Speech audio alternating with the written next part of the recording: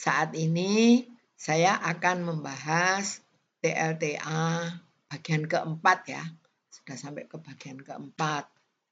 Yang nanti isinya mengenai ada di judul ini ya, aspek hidrolika terhadap daya yang dihasilkan, tinggi jatuh efektif, kehilangan tinggi tekan ya.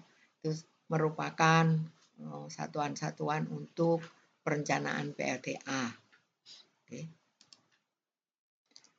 Sebelum kita akan membahas masing-masing apa yang dinamakan H efektif dan seterusnya, ini ada paparan gambar PLTA sederhana ya. PLTA itu ada dam, ada penstock, ini gambar penstock, kemudian generator, kemudian ada pond, ini maksudnya air yang di bawah, kemudian nah, biasanya di rumus-rumus PLTA itu, rumus daya itu selalu ada Q, ada H, ada. Nah, yang dinamakan dengan H itu bisa dua macam, ada H kecil, ada H gross. H gross ini H total ya. Nah, kalau tidak ada keterangan apa-apa, kita nggak buat detail desain, biasanya kita masukkan aja H gross. Tapi kalau mau teliti, kita memasukkan H itu H efektif. H efektif itu di sini singkatannya H, berarti H gross ini dikurangi dengan delta H itu adalah H efektif. Sedangkan delta H itu adalah kehilangan tekan karena kekasaran pipa. Jadi kalau ada kecepatan yang lewat pipa di sini, maka kecepatan awal dan akhir itu bisa nggak sama, sehingga itulah yang mengurangi tekanan atau mengurangi ketinggian. Nah, kecepatan ada di sini. Sini rumus kehilangan itu mengandung V, mengandung L dan D juga. D itu diameter penstock ya. Nanti kita akan melihat rumus-rumus berikut di mana untuk mendapatkan daya ada ketergantungan terhadap debit dan tinggi jatuh. Saya mengatakan tinggi jatuh ya ini, atau head race sampai tail race, ini tinggi jatuhnya. Oke, jadi setelah itu kita akan membahas rumus-rumusnya. Nah, ini rumusnya. Rumus daya itu adalah P sama dengan 9,8 kali Q kali H kali. H di sini H kecil atau H efektif ya. Tetapi kalau misalnya di soal-soal tidak dijelaskan, Anda soal garis besar gitu mengambil H gross nggak apa-apa. Kecuali detail desain gitu pakai H yang efektif, H kecil ya.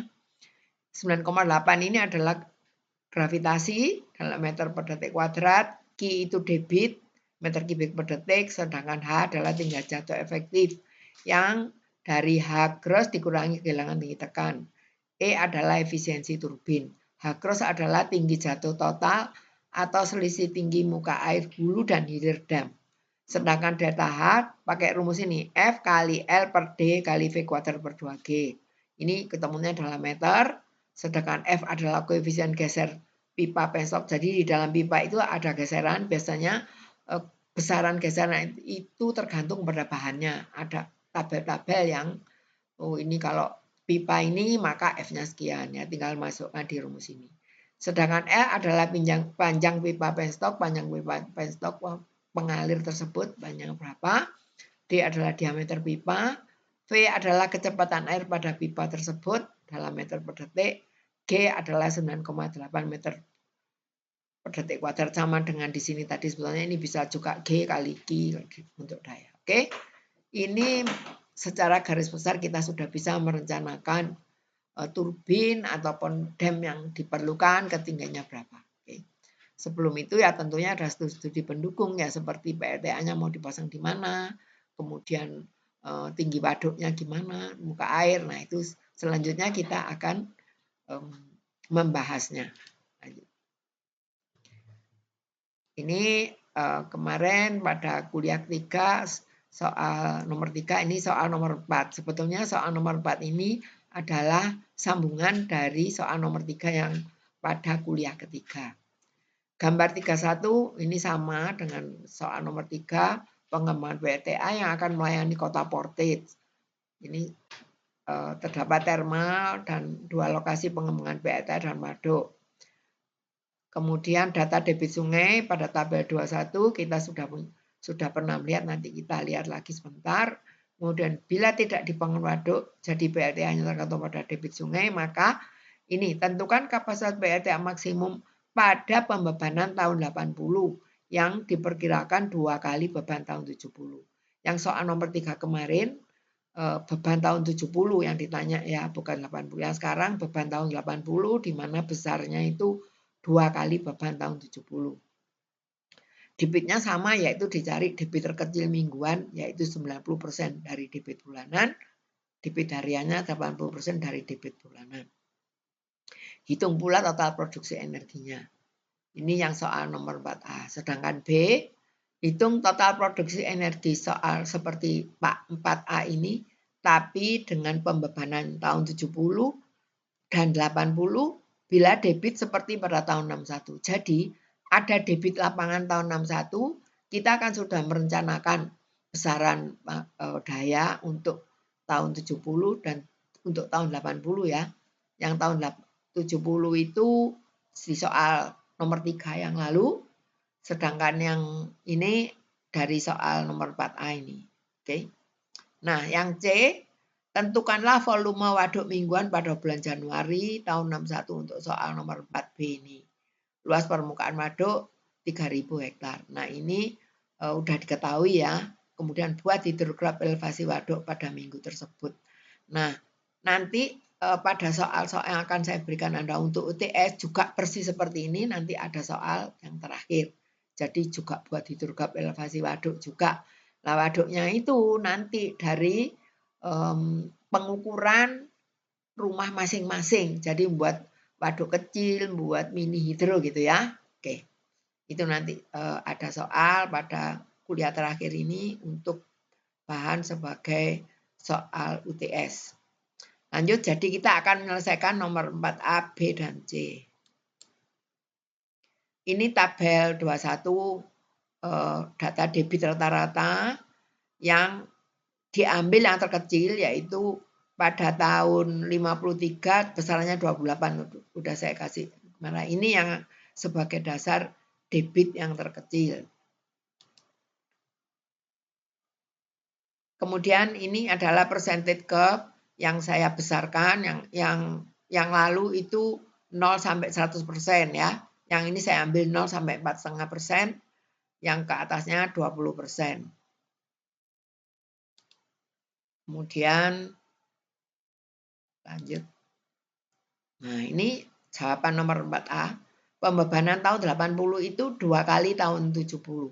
Loh, caranya gimana? Apakah kita membuat percentage curve lagi? Itu enggak perlu. Jadi tetap kita pakai 70 tapi dikalikan 2 nantinya ya. Beban mingguan 90% bulanan adalah 90% kali 28 ketemu 25,2 meter kubik per detik. Menghasilkan daya, ini tadi yang rumus daya sudah saya jelaskan dari gambar tadi. Jadi ketemunya seperti ini debit, ini H, anggap ini H efektif udah ketemu 80 gitu ya. Kemudian efisiensi ditentukan 0,85, ketemunya sekian. Ternyata ketemu 16,7 megawatt continuous. Maksudnya continuous itu selamanya bisa ya. Ini kalau ini dihitungan selama 1 minggu sama seperti ini. Kemudian berapa persen ya ini? 16,7 dibagi 570 itu kalau beban tahun 70. Karena beban tahun 80 dikalikan 2 ya. Jadi caranya seperti ini. Setelah itu ketemunya 1,46%.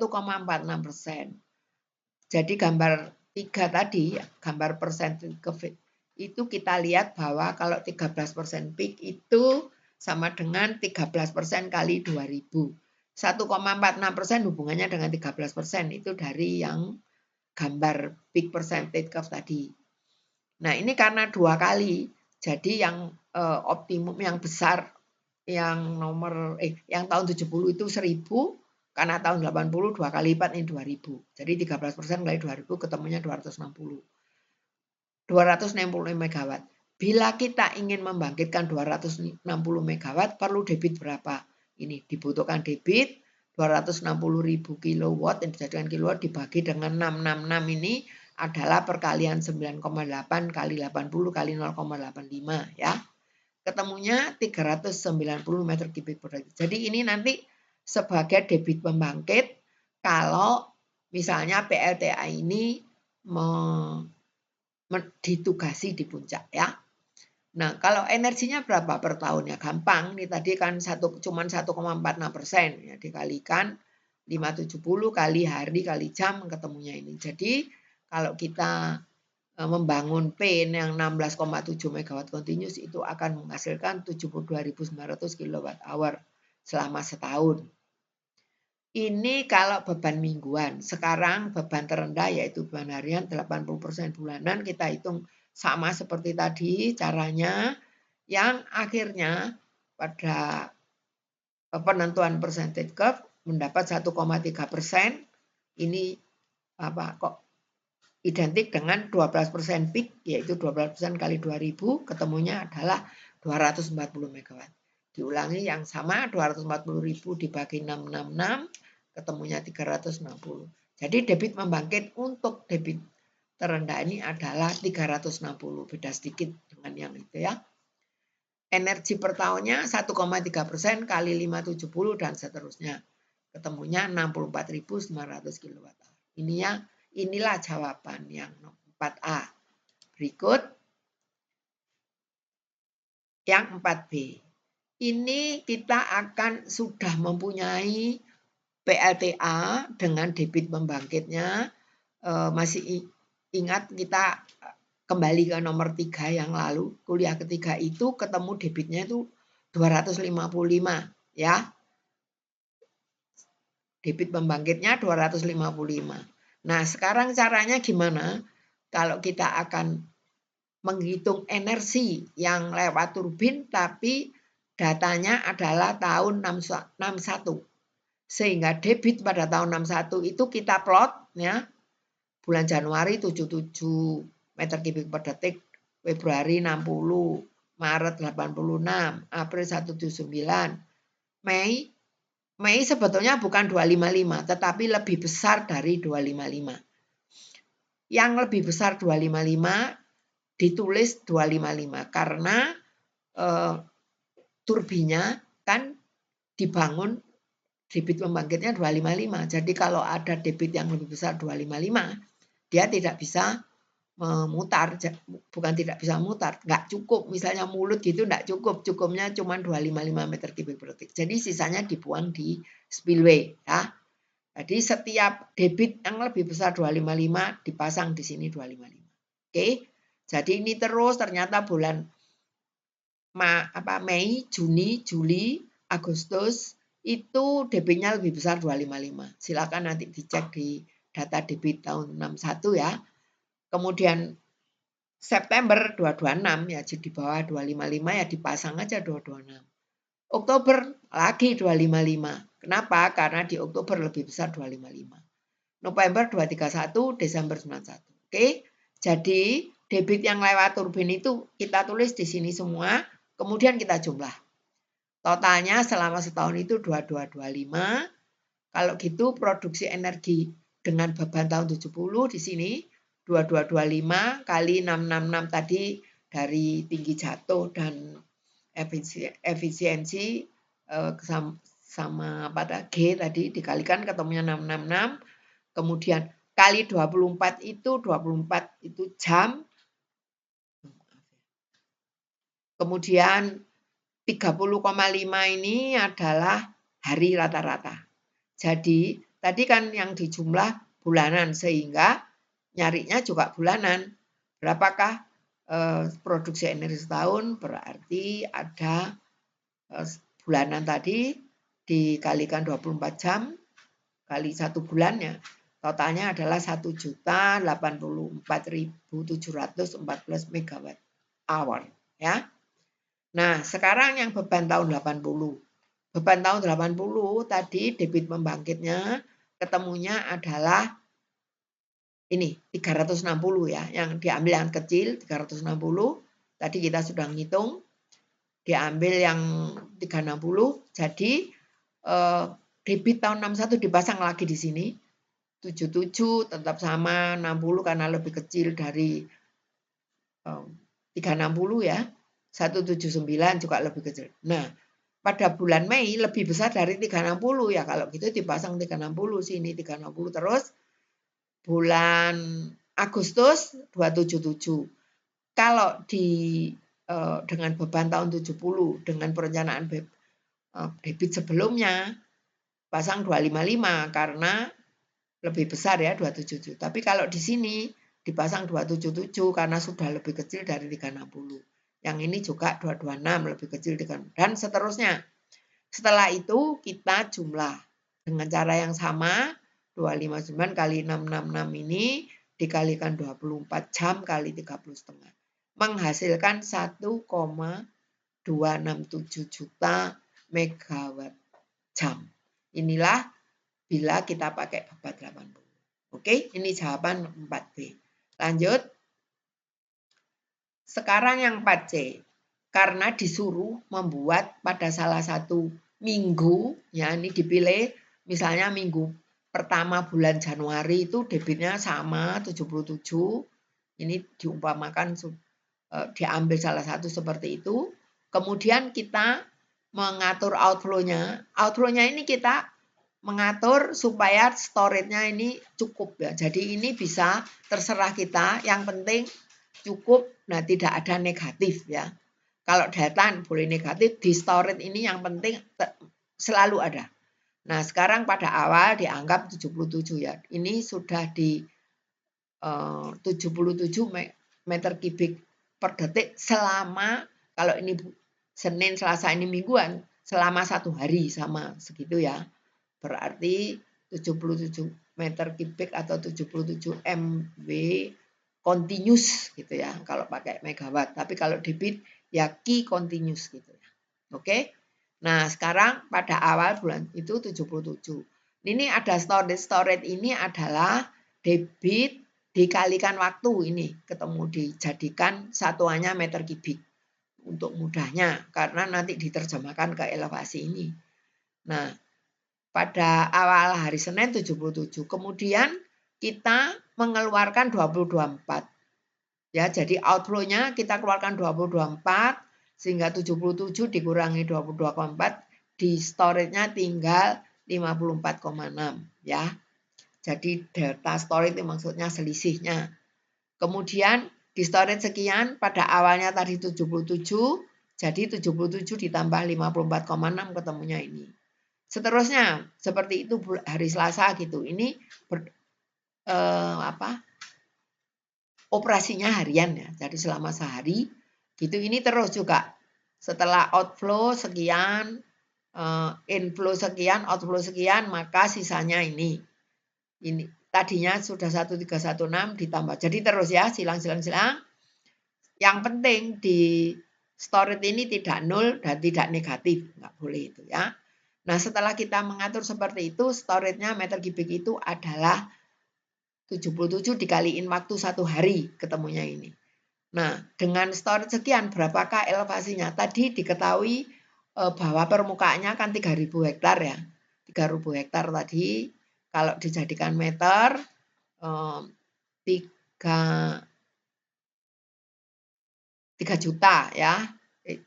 Oke, 30 juta meter persegi lah. Itu sekarang 66 ini volume dibagi permukaan akan menjadi elevasi. Nah, elevasinya di sini. Oke. Jadi inilah elevasi yang kita temukan. Setelah itu kita akan menggambarkan ini weekly for hydrograph, disuruh gambar hidrograf. Jadi hari Senin seperti ini, Selasa seperti ini dari elevasi yang sudah kita ketahui tadi. Ini 0,20 ya, ini berarti 0,22 dan seterusnya. Nah, bentuknya menjadi seperti ini. Inilah bentuk elevasi permukaan waduk. Jadi nanti pada tugas saudara, saudara juga membuat tatanan seperti ini, tapi di sininya jam-jaman. Jadi di sini ada 24, di sini juga ada 24. Nanti saudara membuat seperti ini, membuat turbin mini, menentukan debit pembangkit. Nah, soalnya ada di bagian terakhir ini. Akan saya buka ya soalnya. Nah, ini soalnya. Soalnya begini, catat data beban jam-jaman selama 24 jam di rumah masing-masing. Cara mencatat angka yang tertera di kotak wattmeter merupakan besaran daya yang terpakai Jadi saat terbaca misalnya 100 kW, setelah 1 jam dibaca lagi menjadi 102 kW. Jadi merupakan total daya yang sudah terpakai selama 1 jam.